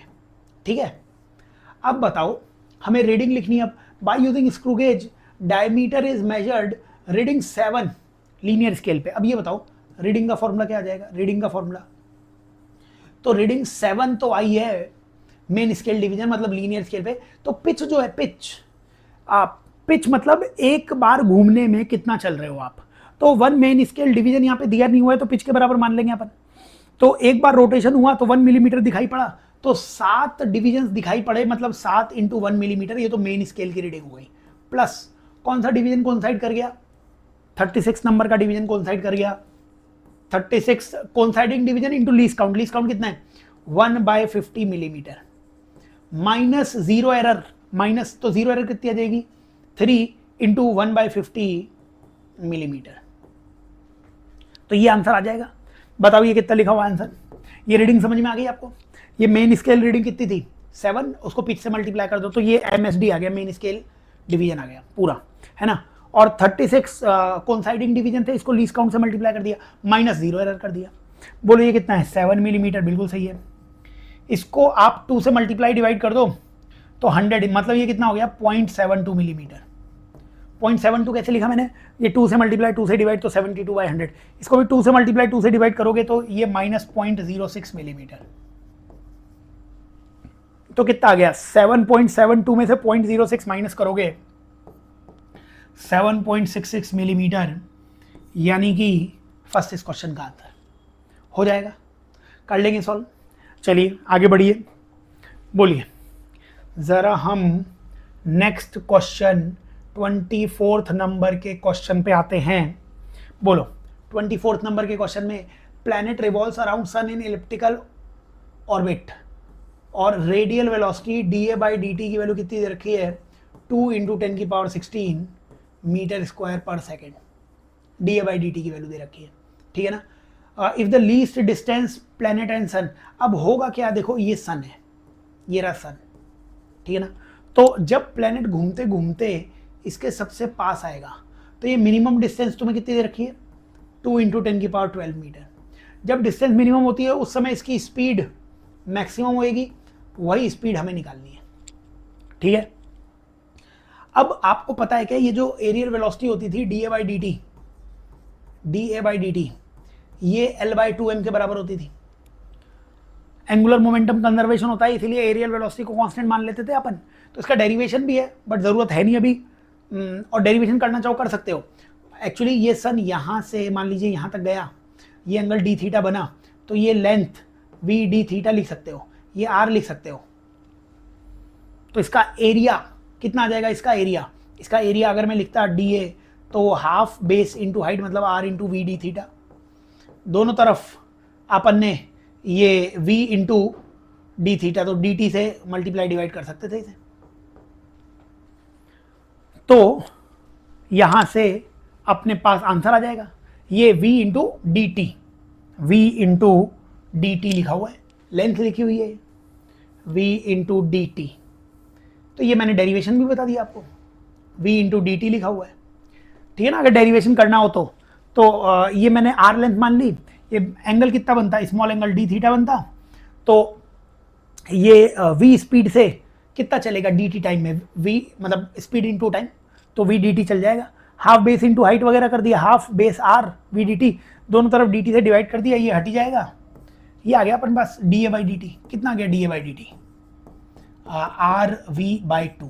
इसको m से मल्टीप्लाई, m से डिवाइड कर दिया, mvr को l लिख दिया, तो l/2m आ जाएगा, ठीक है ना। तो l को वही mvr लिखोगे, l को m, तो वो डेरिवेशन बता दिया। और डेरिवेशन अगर आपको याद है तो dA/dt की वैल्यू आ जाएगी vr/2, यहाँ से आंसर आ जाएगा, ठीक है। डेरिवेशन आपको बता ही दिया, इसमें वैल्यू फीड कर दो सारी। तो dA/dt की वैल्यू बस यहाँ पे मैंने लिख दिया इसमें, तो dA/dt की वैल्यू दे रखी है, इस dA/dt को किसके बराबर करना है, rv/2 के बराबर। तो dA/dt यहाँ पे मैं फिर से लिख देता हूँ, dA/dt कितना है 2 × 10⁻16 बराबर v इंटू आर की वैल्यू कितनी है 2 × 10⁻12 अपॉन 2। बस ये आंसर आ जाएगा, 2 से 2 कैंसिल हो गया, और v की वैल्यू आ जाएगी 2 × 10⁻4, 2 × 10⁻4 यानी 20 किलोमीटर पर सेकेंड, ठीक है। 24 का फर्स्ट आंसर आ जाएगा। तो डेरिवेशन वगैरह देख लो, ताकि कहीं भी कुछ डाउट हो तो सॉल्व कर लेना उसे, आगे बढ़ो जरा। नेक्स्ट क्वेश्चन पे आ जाओ। अगला फ्रिक्शन का क्वेश्चन दिख रहा है बच्चों, बिल्कुल यूज्ड टू हो जाओ कि हमारे जो भी क्वेश्चन आए उन्हें सॉल्व कर लो। कंसेप्चुअल कोई भी मिस्टेक नहीं हो सकती, सिली मिस्टेक होने दो, लेकिन कंसेप्चुअल मिस्टेक नहीं होनी चाहिए, ठीक है ना। कंसेप्ट सारे के सारे आपको आने चाहिए। एग्जाम में जाके कोई सवाल का कंसेप्ट ही नहीं आता है तो उसको छोड़ देना फिर आप, लेकिन अभी ऐसी प्रैक्टिस करो कि कंसेप्ट सारे आ जाएं आपको। चलो क्या बोला हुआ है, फोर्स F लगाया हुआ है, हमें एक्सेलरेशन बताना है। अच्छा ये बताओ, ये F 20√2 दिया हुआ है, तो F का हॉरिजॉन्टल कंपोनेंट कितना आएगा 20√2 cos 45, cos 45 1/√2 मतलब 20 आ जाएगा। और ये ऊपर ये कंपोनेंट कितना आ जाएगा 20√2 sin 45 भी 1/√2 मतलब 20 आ जाएगा। अच्छा नीचे mg लगेगा, mg मतलब 40 लग जाएगा। बताओ नॉर्मल रिएक्शन कितना आएगा, नीचे 40 ऊपर 20, नॉर्मल रिएक्शन 20 न्यूटन आ जाएगा। बताइए लिमिटिंग फ्रिक्शन कितना होगा, limiting friction μs into N, μs कितना होता है 0.8, n की वैल्यू कितनी होती है 20 यानी 16 न्यूटन आ जाता। अब लिमिटिंग 16 है लेकिन आगे फोर्स 20 लग रहा है, मतलब ये चल जाएगा आगे। जब ये आगे चल जाएगा तो पीछे काइनेटिक फ्रिक्शन लगेगा। कितना होता है काइनेटिक फ्रिक्शन, म्यू के इंटू एन होता है, म्यू के 0.6, एन की वैल्यू 20 यानी 12 आ गया, तो पीछे 12 लग गया, आगे हॉरिजॉन्टल फोर्स 20 लग रहा था। बताओ नेट फोर्स ब्लॉक पे कितना लग गया, आगे 20 पीछे 12, तो नेट फोर्स 20 - 12, फोर्स बराबर मास इंटू एक्सेलरेशन 8 बराबर 4a, a की वैल्यू यहाँ से 2 दिख रही है। फर्स्ट इस क्वेश्चन का आंसर वो आ जाना चाहिए, हो जाएगा क्वेश्चन सॉल्व। बढ़ें आगे अपन, चलिए बताइए अगला क्वेश्चन, बेहतरीन क्वेश्चन बच्चों, इसको ज़रूर आप सॉल्व कर लें। बताइए क्या बोला हुआ है, मैं पोटेंशियल एनर्जी यू दी हुई है 20 plus potential energy 20 plus x - 4 का होल स्क्वायर, ये दे रखी है हमें पोटेंशियल एनर्जी, और total energy, total mechanical energy 36 दे रखी है। अच्छा ये बताओ मैं अगर du/dx निकालूं, du/dx तो कितना आएगा du/dx, 20 का differentiation 0 plus 2 times of x - 4 du/dx, और फोर्स होता है माइनस du/dx, दोनों को माइनस से मल्टीप्लाई कर दूं, ये भी माइनस हो गया, इसको भी माइनस से मल्टीप्लाई कर दिया, तो ये टर्म प्लस में आई थी, इसको माइनस से मल्टीप्लाई कर दिया, तो फोर्स कितना आ गया बेटा जी, फोर्स आ जाएगा -2x + 8, ये फोर्स आ गया। एक तो फोर्स बराबर -kx होता है, कंपैरिजन करके k की वैल्यू 2 आ गई सबसे पहले, तो k की वैल्यू कितनी आ जाएगी, 2 आ जाएगी। कंपैरिजन जो भी x के साथ लिखा हुआ है k हो जाएगा। बताओ मीन पोजीशन पे, एट मीन पोजीशन फोर्स 0 होता था, एट मीन पोजीशन फोर्स कितना होता था, 0। तो अगर इस -2x + 8 को आप 0 करोगे तो क्या x की वैल्यू 8/2 4 आ जाएगी, तो मीन पोजीशन कहां पे आ जाएगी, x = 4 पे। ठीक है, फिर ये बताओ मेरे को, तो क्या बोला हुआ है इसने कि कण की बिंदु x = 4 के सापेक्ष दोलन गति हो रही है, मतलब पार्टिकल ऑसिलेट अबाउट x = 4, सही बात है, मीन पोजीशन के अबाउट ही ऑसिलेशन होता है, फर्स्ट पॉइंट बिल्कुल सही है इसका। अब ये बताओ मेरे को, एम्पलीट्यूड 4 मीटर दिया हुआ है, तो ये बताओ मेरे को, ये जो एनर्जी दी हुई है तुम्हें, ये एनर्जी दी हुई है, बताओ मीन पोजीशन पे पोटेंशियल एनर्जी कितनी है, at mean position. Mean position पे x 4 था ना, मीन पोजीशन पे x कितना था, 4, यहाँ पे x = 4 रखो, 4 - 4 कितना हो जाएगा, 0, 4 - 4 0 हो गया, तो u की वैल्यू कितनी आ गई, 20। ये मीन पोजीशन पे पोटेंशियल एनर्जी तो 0 होती थी, तो ये 20 कहाँ से आ गई, ये SHM के अलावा एनर्जी है। ठीक है, SHM में तो मीन पोजीशन पे पोटेंशियल एनर्जी कितनी होती थी, 0। अब बताओ टोटल एनर्जी जो 36 थी, इस 36 में से 20 वो SHM की एनर्जी नहीं है, वो 20 तो मीन पोजीशन पे भी है, यानी वो एक्स्ट्रा एनर्जी है, यानी कि टोटल एनर्जी SHM की वो आपको बोलनी चाहिए 16। और क्या SHM की एनर्जी ½ kA² होती थी, बताओ, यहां से 16 = ½ k की वैल्यू 2a², 2 से 2 कैंसिल, a² 16, a की वैल्यू 4, यानी एम्पलीट्यूड 4। फर्स्ट ऑप्शन भी सही है, सेकंड ऑप्शन भी सही है, मतलब ऑल ऑफ दीज आंसर आने वाला है। थर्ड ऑप्शन क्या है, x = 2 पर काइनेटिक एनर्जी 12 है, ये पोटेंशियल एनर्जी दी हुई है तुम्हें, बताओ इसमें x = 2 रखो जरा, x = 2 रखता मैं तो u की वैल्यू कितनी आ जाती, 20 + 2 का स्क्वायर, क्योंकि 2 - 4 मतलब वही -2 का स्क्वायर 4 ही हो जाता, तो 24 आ जाती। बताओ टोटल एनर्जी 36 थी, टोटल एनर्जी कितनी थी, 36 थी, 36 में से x = 2 पे पोटेंशियल एनर्जी 24 है, पोटेंशियल 24 है तो बची हुई 12, वो कौन सी एनर्जी आ जाएगी, काइनेटिक एनर्जी। टोटल में से पोटेंशियल कितनी है, 24, तो काइनेटिक को 12 ही होना पड़ेगा, ताकि 12 और 24 मिलके 36 बना ले। थर्ड ऑप्शन भी सही है, ऑल ऑफ दीज 26 का फोर्थ इसका आंसर आ जाएगा। चले आगे, अच्छे अच्छे सवाल है, बढ़िया बढ़िया सवाल है, इनको सॉल्व करो, बताते चलो कि क्या क्या आंसर इसके आने वाले हैं। मीटर ब्रिज बहुत इंपॉर्टेंट सा कंसेप्ट है, इसके सवाल आते रहते हैं, हिंदी इंग्लिश दोनों में देख लो क्वेश्चन, बताओ क्या आंसर इसका आने वाला है। चलो 27 नंबर के क्वेश्चन में क्या बोला है, metre bridge is setup with null point deflection, null point deflection है ना, the length of the uniform wire R, ये आर है, इसकी लेंथ दे रखी है 3.14 मीटर, इट्स मेजर्ड डायमीटर भी दिया हुआ है, इसकी रेसिस्टिविटी चाहिए। तो ये बताओ बैलेंस्ड कंडीशन है, ये कितना होगा 80 सेंटीमीटर, क्योंकि टोटल तो 1 मीटर होता है। तो क्या लिखोगे इक्वेशन, 12.5/20 = R/80, तो ये 4 आ जाएगा, यानी R की वैल्यू कितनी आ जाएगी, रेजिस्टेंस की वैल्यू कितनी आ जाएगी, 4 × 12.5। रेजिस्टेंस को ρL/A लिख दो, रेजिस्टेंस को रो, लेंथ L की value 3.14 ρL/ area pi × R का स्क्वायर। अब डायमीटर 0.2 है तो रेडियस 0.1 का स्क्वायर, 0.1 का स्क्वायर, और मिलीमीटर मतलब 10⁻⁻⁶। ये दे रखा है किसके बराबर, ये 50 के बराबर दे रखा है।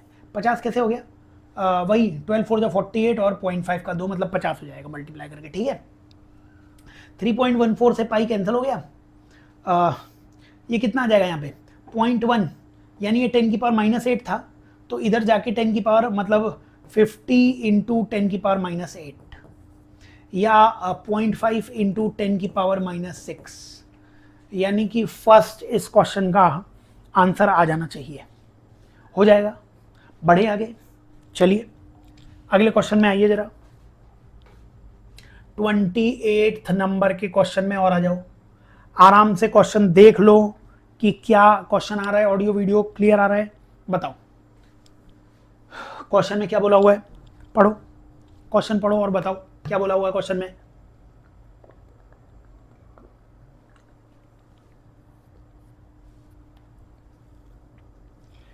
देखिए क्वेश्चन ने क्या बोला हुआ है, क्वेश्चन ने अपने से बोला हुआ है कि electric field in non magnetic medium for EM wave is this. बताओ ये इलेक्ट्रिक फील्ड दिया हुआ है, इलेक्ट्रिक फील्ड तो यहाँ पे ओमेगा की वैल्यू कितनी है, ओमेगा की वैल्यू है 10⁸ ओमेगा, ओमेगा टी प्लस के एक्स के जेड दे रखा है, के की वैल्यू 1/3। बच्चों वेव की जो स्पीड होती थी क्या वो ओमेगा बाई के होती थी, ओमेगा है 10⁸ और के की वैल्यू है 1/3 यानी 3 × 10⁸। ये आपको वेव की स्पीड दे रखी है। क्या E equals to B into speed, wave की स्पीड या लाइट की स्पीड, ये इलेक्ट्रोमैग्नेटिक वेव है तो ये लाइट की स्पीड ही होगी लेकिन किसी और मीडियम में, तो ये वही लाइट की स्पीड इन मीडियम जिसको C लिखते थे आप, वही लिखा हुआ है। तो E की वैल्यू कितनी है 1200, B की वैल्यू कितनी है पता नहीं, लेकिन लाइट की स्पीड 3 × 10⁸ है, तो यहाँ से B की वैल्यू कितनी आ जाएगी, 3 से 400 यानी 4 × 10⁻⁻6। ये मैग्नेटिक फील्ड का मैग्नीट्यूड आ जाएगा, क्योंकि तुमने E की मैक्सिमम वैल्यू लिखी है 1200, E की मैक्सिमम वैल्यू 1200 लिख दी ना, तो B की भी मैक्सिमम वैल्यू आ जाएगी 4 × 10⁻⁻6। तो ये दोनों ऑप्शन तो गलत हो गए, क्योंकि B की वैल्यू 4 × 10⁻⁻6 आनी चाहिए। उसके बाद E और B का फेज सेम होता है, ये वैल्यूज देखो फेज सेम है, सही बात है। और आप ये बताओ मेरे को कि E और B परपेंडिकुलर होते थे, E और B की डायरेक्शन परपेंडिकुलर होती है, अगर ये J है तो ये J तो नहीं हो सकता है, ये I हो सकता है, फर्स्ट इस क्वेश्चन का आंसर आ जाएगा। सारी बातें याद कर लेना, ठीक है। चलो जरा हम आगे बढ़े, और बेहतरीन क्वेश्चन इलेक्ट्रोस्टैटिक्स में जो पोटेंशियल वाला पार्ट है उसका क्वेश्चन है। हमें क्या बोल रखा है, एक्स और वाई डायरेक्शन बोला हुआ है, एक्स कंपोनेंट और वाई कंपोनेंट पूछा हुआ है, ये 1 वोल्ट और 4 वोल्ट पूछा हुआ है, इलेक्ट्रिक फील्ड का एक्स और वाई कंपोनेंट बोला गया है। बताओ एक्स डायरेक्शन में इलेक्ट्रिक फील्ड की डायरेक्शन किधर होगी, इस पॉइंट पे पोटेंशियल 1 वोल्ट है, इस पॉइंट पे पोटेंशियल 4 वोल्ट है, ये लिखा हुआ है ना। In the direction of electric field potential decreases, तो क्या इलेक्ट्रिक फील्ड की डायरेक्शन ई एक्स डायरेक्शन वो माइनस आई कैप में होगी, क्योंकि इलेक्ट्रिक फील्ड की डायरेक्शन में पोटेंशियल डिक्रीज होगा, 4 से 1 पोटेंशियल डिक्रीज हो गया, ठीक बात है। तो इलेक्ट्रिक फील्ड की डायरेक्शन आएगी माइनस, एक्स डायरेक्शन वाली माइनस में आएगी, तो ये दोनों ऑप्शन तो वैसे ही गलत हो गए, ये और ये, तो आंसर इसमें या तो 2 आएगा तो 4 आएगा। अच्छा बताओ ई की वैल्यू v/d होती थी, जब तुम इलेक्ट्रिक फील्ड एक्स डायरेक्शन वाला लिख रहे हो तो डिस्टेंस भी अलोंग एक्स एक्सिस ही लिख लेना। बताओ इससे हम केवल मैग्नीट्यूड निकालते हैं, तो एक्स डायरेक्शन में इलेक्ट्रिक फील्ड का मैग्नीट्यूड कितना आएगा, 4 और 1 का डिफरेंस 4 - 1, और ये 2 और 4 के बीच की डिस्टेंस कितनी आएगी 2/100। 2/100 कैसे, वो 4 और 2 का डिस्टेंस 2 आ जाएगा, और सेंटीमीटर है तो 2/100, 4 - 1 ऊपर क्या है 3/2 और ऊपर 100 आ गया, मतलब 150 आ गया। तो 150 आना चाहिए, माइनस में आना चाहिए, मतलब सेकंड ही आंसर आ जाएगा इसका, फोर्थ में तो 200 दे रखा था। अच्छा वाई डायरेक्शन का मैग्नीट्यूड भी निकाल सकते थे। अच्छा वाई डायरेक्शन में, वाई डायरेक्शन की बात अगर करते हैं आप, ये रही वाई डायरेक्शन, तो वाई डायरेक्शन में भी डायरेक्शन माइनस में ही आती। माइनस में क्यों आती वाई डायरेक्शन में, क्योंकि अच्छा वाई डायरेक्शन में माइनस में नहीं, वाई डायरेक्शन में प्लस में आती। In the direction of electric field potential decreases, तो 1 से 4 ये तो इंक्रीज हो रहा है, डिक्रीज होना है, तो वाई डायरेक्शन इधर आ जाएगी ऊपर, ऊपर मतलब प्लस में आ जाएगा, देखो प्लस में ही आंसर है, ठीक है।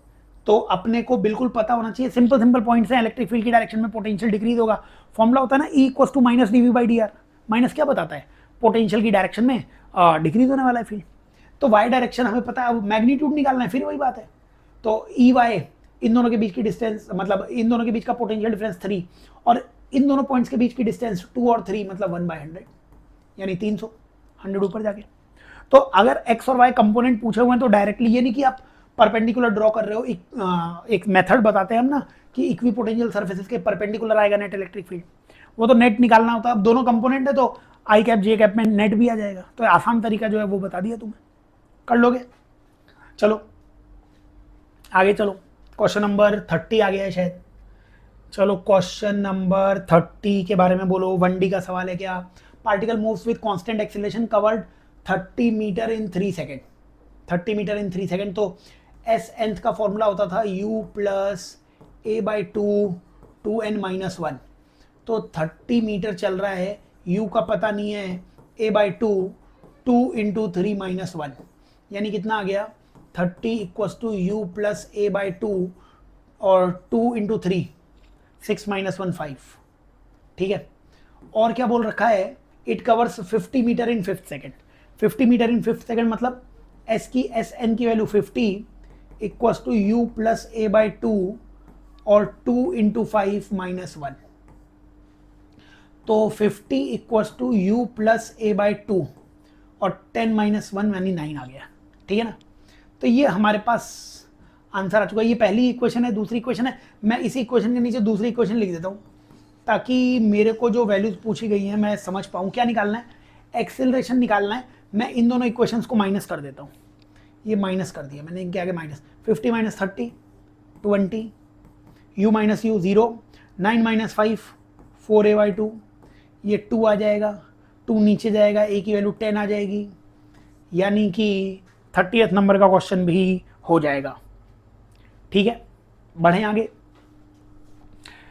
बोलिए नेक्स्ट क्वेश्चन बच्चों। तो अपने को थ्योरेटिकल क्वेश्चन बोला हुआ है कि 3 semiconductors are arranged in increasing order of energy gap. Energy gap का ऑर्डर इन इंक्रीजिंग ऑर्डर।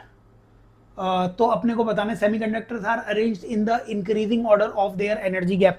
तो इंक्रीजिंग एनर्जी का जो गैप है उसमें अपने को बताना है क्या क्या आंसर आएगा। तो टेलीरियम, जर्मेनियम, सिलिकॉन। तो बच्चों ये जो ऑर्डर है ये फर्स्ट ही इसका आंसर आ जाएगा। ठीक है ना। तो साइज सिलिकॉन का सबसे छोटा है, इसीलिए उसका एनर्जी गैप उतना ही ज़्यादा हो जाना चाहिए। तो इंक्रीजिंग ऑर्डर है, जो साइज जितना बड़ा हो जाएगा न्यूक्लियस से उतना दूर चला जाएगा। तो उस हिसाब से आप देख लो।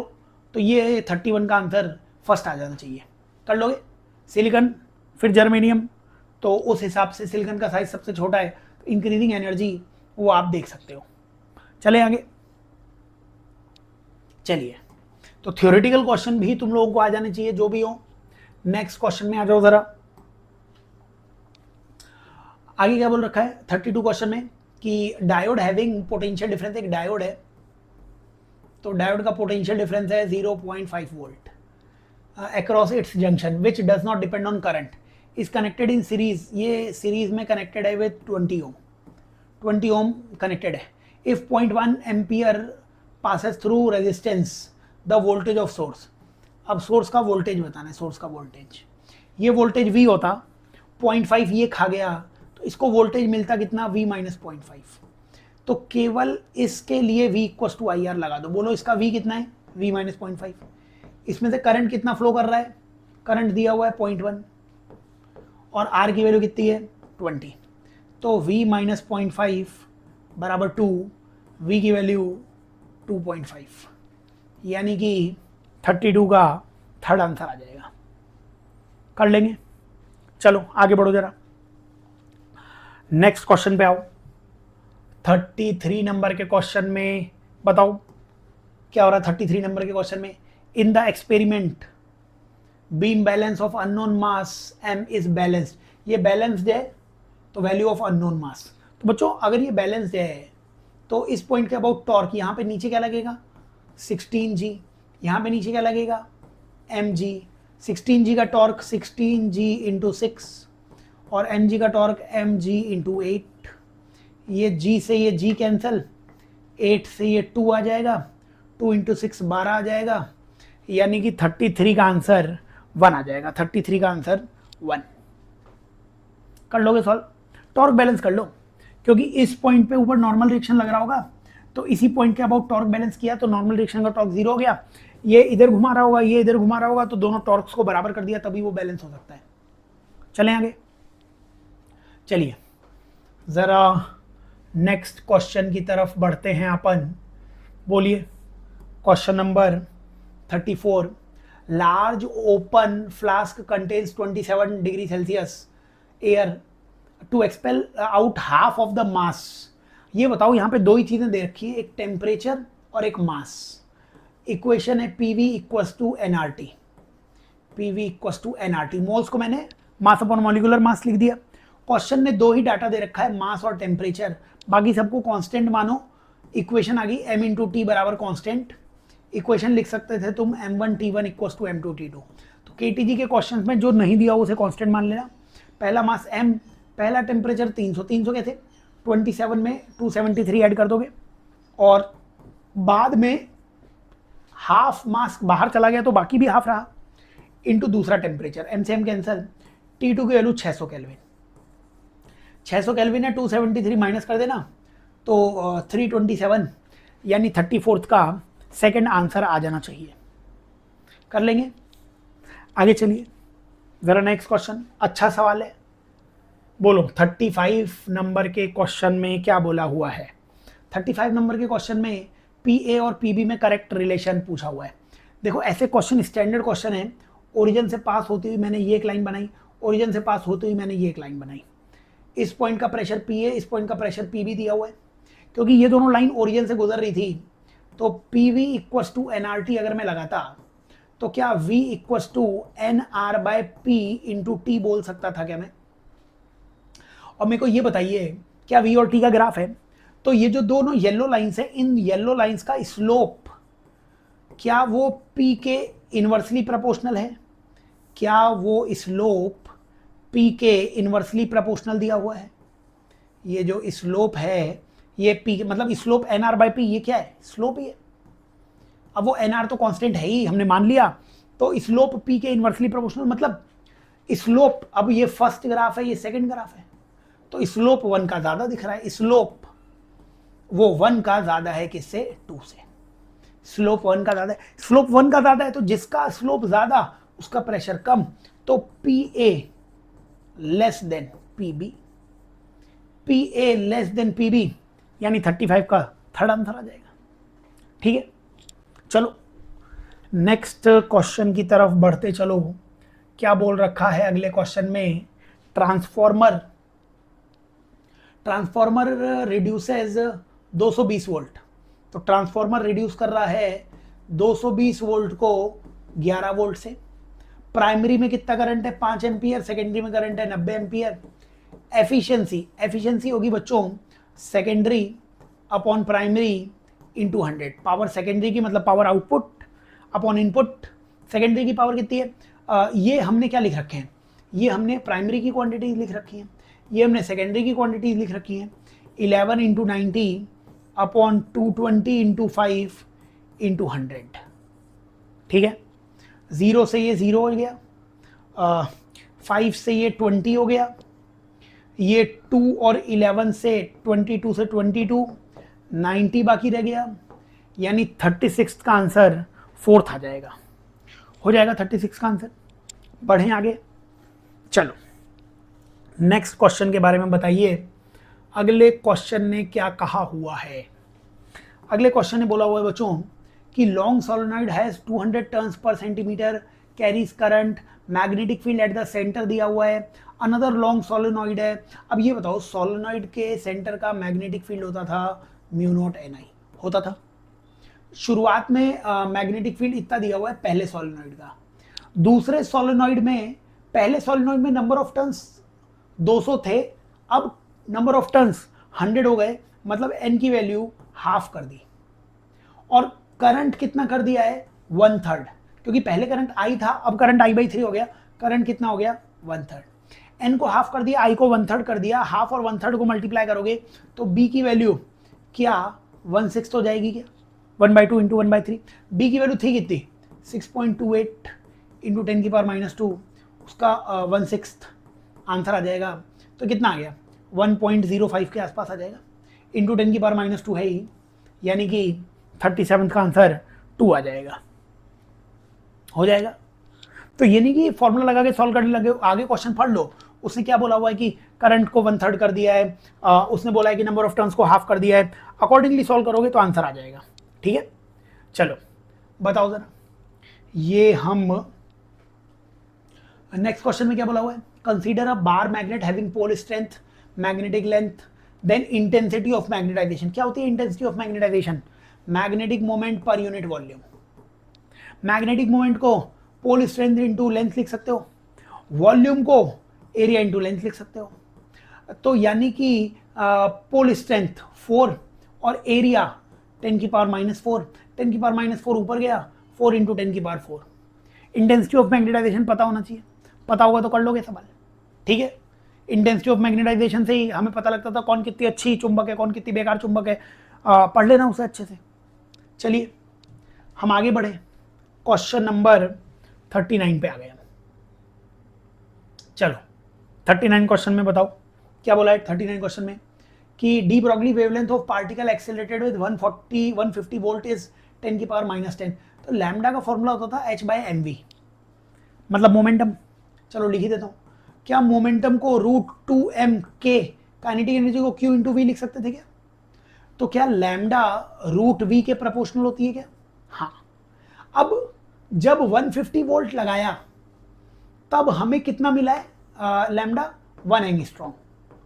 अब हमने 600 वोल्ट लगा दिया 150 से, तो पहले कितना था 150 वोल्ट था पोटेंशियल डिफरेंस, उसे 600 वोल्ट कर दिया, मतलब 4 टाइम्स कर दिया। तो बताओ लैम्डा √v के प्रोपोर्शनल है। अगर तुमने v को 4 टाइम्स किया है तो क्या लैम्डा हाफ नहीं हो जाएगा क्या? तो पहले लैम्डा इनिशियल कितना था 1 एंगस्ट्रॉम, तो लैम्डा फाइनल कितना हो जाएगा, हाफ कर दोगे 0.5 एंगस्ट्रॉम, 0.5 एंगस्ट्रॉम मतलब सेकेंड। 39 का सेकेंड आंसर आ जाएगा। हो जाएगा सॉल्व। चलो आगे नेक्स्ट क्वेश्चन पे बढ़ो। बोलो नेक्स्ट क्वेश्चन ने क्या कहा हुआ है? नेक्स्ट क्वेश्चन में कहा हुआ है consider nth orbit, circumference of nth orbit, ये पूछी हुई है।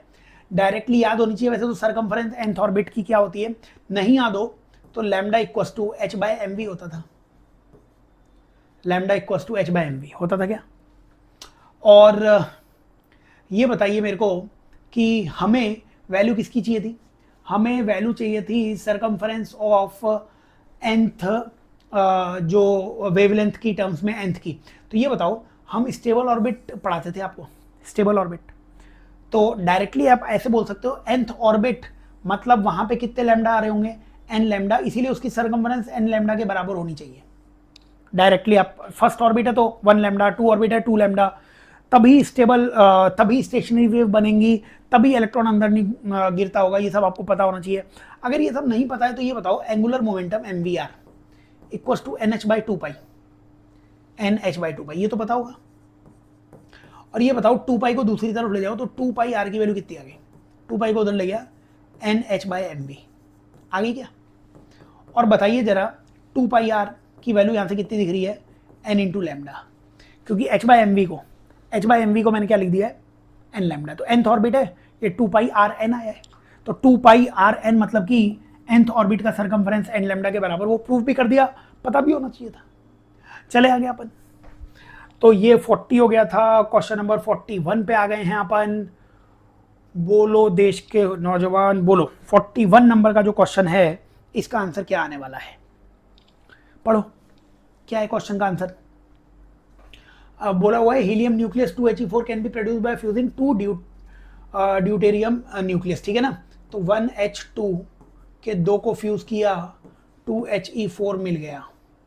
न्यूक्लियर मास ऑफ ड्यूटेरियम वो दे रखा है 2.0149, एक का दिया हुआ है तो 2 न्यूक्लियस का मास 2 से मल्टीप्लाई कर दिया, और इसका 4.0027 दिया हुआ है। ठीक है ना, एनर्जी लिबरेट कितनी होगी, मास डिफेक्ट के बराबर। देखो एक ड्यूटेरियम का मास इतना दे रखा था, इसको 2 से मल्टीप्लाई कर दिया, और इसको 2 से मल्टीप्लाई करने के बाद हमने इसमें ये टोटल मास आया, तो इनिशियल मास माइनस फाइनल मास, ये आ गया हमारे पास मास डिफेक्ट। ये मास डिफेक्ट आया हुआ है। ठीक है ना, तो ये मास डिफेक्ट आया हुआ है हमारे पास, इसको 935 से मल्टीप्लाई करोगे तो आंसर भी आ जाएगा, ठीक है ना। 931 के आसपास मल्टीप्लाई करोगे तो इसे मल्टीप्लाई कर लेना, ये मास डिफेक्ट आया हुआ है। मास डिफेक्ट इसको आप माइनस करोगे तो इस मास डिफेक्ट को मल्टीप्लाई कर देना, मतलब ये तो मास डिफेक्ट आया हुआ है, इस मास डिफेक्ट को आपको मल्टीप्लाई करना पड़ेगा किससे, 931.5 मेगा इलेक्ट्रॉन वोल्ट में आंसर आ जाएगा, और ये आंसर आ जाएगा 25.24 के आसपास, ठीक है। तो 41 नंबर का क्वेश्चन, उसका आंसर सेकंड आ जाएगा। मास डिफेक्ट निकाल सकते हो, मल्टीप्लाई कर सकते हो, इसे आराम से मल्टीप्लाई हो जाएगा, ठीक है। और 931 से मल्टीप्लाई कर दोगे आंसर आ जाएगा 25.24 के आसपास, ठीक है। कैलकुलेशन भी आसान है इसकी, कर लेना कैलकुलेशन, लास्ट तक सॉल्व करना, कोई कैलकुलेशन छोड़ने की जरूरत नहीं है आपको। चलिए आगे क्या बोला हुआ है, 42 नंबर के क्वेश्चन में आइए। 42 नंबर के क्वेश्चन में बोला हुआ है, how long after beginning the motion is the displacement of harmonic oscillator particle equal to one half of amplitude. Amplitude का हाफ कब हो जाएगा डिस्प्लेसमेंट, टाइम पीरियड दिया हुआ है अपने को, particle start from positive extreme. अब ये बताओ, ये 0 है, ये a है, ये a/2 है, बताओ पार्टिकल यहां से यहां पे आ रहा है, तो ये बताइए मेरे को कितना टाइम लगेगा उसे। तो ये बताइए, यहाँ पे एक्चुअली ये एंगल 0 डिग्री होता था, यहाँ पे आते थे ये 90 डिग्री होता था, ये 90 में 30 ऐड करोगे तो मतलब समझ रहे हो ना, ये एंगल यहाँ से यहाँ तक कितना होता था, 30 डिग्री होता था, यहाँ से यहाँ तक 60 डिग्री होता था, और ये 90 हो जाता था। यहाँ से वापस यहाँ तक आओगे, ये एंगल 60 डिग्री हो जाएगा।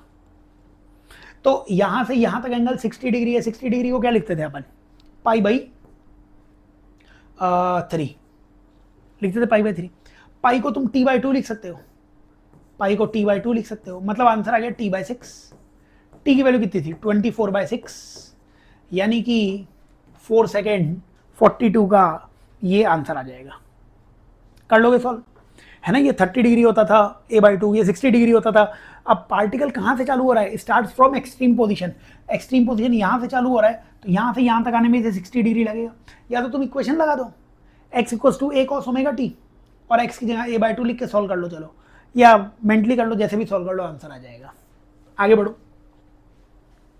जरा, इसी में 43 नंबर का क्वेश्चन वो देखो अच्छे से, क्या बोला है 43 नंबर के क्वेश्चन में, कि इफ वर्क फंक्शन फाई, हमें कितना दिया हुआ है phi, 4 electron volt, energy of incidented photon, बताओ ई की वैल्यू k+5 होती थी क्या, k की वैल्यू मेरे को 2 इलेक्ट्रॉन वोल्ट दिख रही है, ये स्टॉपिंग पोटेंशियल है ना 2 वोल्ट, तो काइनेटिक एनर्जी EV0 नहीं होती थी क्या, V0 की वैल्यू 2 वोल्ट है, तो ये k की वैल्यू 2, फाई की वैल्यू 4, यानी 4 और 2 को ऐड करेंगे 6 इलेक्ट्रॉन वोल्ट, इसका आंसर आ जाएगा। हो जाएगा सॉल्व। चलिए हम क्वेश्चन नंबर 44 पे आ जाते हैं। क्वेश्चन नंबर 44, बोलो 44 नंबर का क्वेश्चन जो है, क्या बोला हुआ है 44 नंबर के क्वेश्चन में, कि बोर मॉडल में force on electron depends on principal quantum number n। तो इलेक्ट्रॉन पे फोर्स कौन सा लगता होगा भाई, kZe² अपॉन r², मतलब फोर्स जो होता है वो r² के इनवर्सली प्रोपोर्शनल होता है। क्या r खुद n² पे डिपेंड करता था, तो r की जगह अगर तुम n² लिखोगे तो यहाँ से फोर्स r⁴, यानी कि सेकेंड इस क्वेश्चन का आंसर आ जाएगा। कर लोगे, हो जाएगा सॉल्व। रेडियस 0.529 n² वगैरह ही तो होती थी, तो भाई n² के प्रोपोर्शनल। चलो हम इसमें लास्ट क्वेश्चन पे आ गए हैं, क्वेश्चन नंबर 45 पे आ गए हैं। सेमीकंडक्टर में आपको ये सब दिया हुआ है, बढ़िया से इसे पढ़ो, बताओ आंसर क्या आ रहा है इसका। ऑडियो वीडियो होपफुली पूरे वीडियो में सही रहा होगा। क्या बोला हुआ है, लॉजिक सर्किट्स दिया हुआ है, ये बताओ, ये ए है, आउटपुट वेव बनानी है, ये ए है तो ये ए बार आ जाएगा, ये बी है, ये बी बार आ जाएगा, ये था ए बार प्लस बी बार, उसका बी बार, ये और गेट आ गया ना, और के आगे नॉट लगा दिया तो नॉर गेट हो गया, तो डी मॉर्गन्स थ्योरम लगाई, A.B आ गया आंसर, आंसर है A.B। अब बताओ शुरुआत में इनपुट कितना है 1, ये कितना है 0, ये कितना है 0, ये कितना है 1, ये कितना है 1, ये कितना है 1, ये 0, ये 1, ये 1, ये 0, ये 1, ये दिखाओ। A इंटू बी, बताओ सबसे पहले 1 इंटू 1 कितना आएगा, सबसे पहले 0 आएगा। तो आंसर कितना कितना आना चाहिए, 1 1 का 0 आना चाहिए सबसे पहले आंसर। अगर मैं लिखूँ तो 0 आना चाहिए सबसे पहले, 1 और 1, 0 और 0 का मतलब 1 इंटू 1 का 1 आना चाहिए ना, सबसे पहले 1 इंटू 1 का 1 आना चाहिए। और 1 इंटू 1 का अगर 1 आया, सबसे पहले 1 हाई से चालू होना चाहिए, सबसे पहले हाई से चालू होना चाहिए, सबसे पहले हाई से चालू होना चाहिए, सबसे पहले हाई से चालू होना चाहिए, ठीक है। उसके बाद 0 इंटू 0, 0 ही हो जाएगा ये भी, 1 इंटू 0 ये भी 0, 1 इंटू 0 ये भी 0, 3 0 और फिर 1, 3 0, 3 0 आने चाहिए थे, 3 0 फिर 1, 3 0, तो मतलब 30 आंसर आ गया और क्या है। तो ट्रुथ टेबल बना लो, सॉल्व कर लो बच्चों। ये 45 क्वेश्चन जो है बहुत बेहतरीन क्वेश्चन हैं। इनका PDF अपना टेलीग्राम जो चैनल है उन पे यही सॉल्यूशन का जो वीडियो है वो तो यूट्यूब पे अपलोडेड ही है, इसका जो PDF है वो टेलीग्राम चैनल पे तुम्हें मिल जाएगा। अच्छे से पढ़ो बच्चों, best of luck for your future.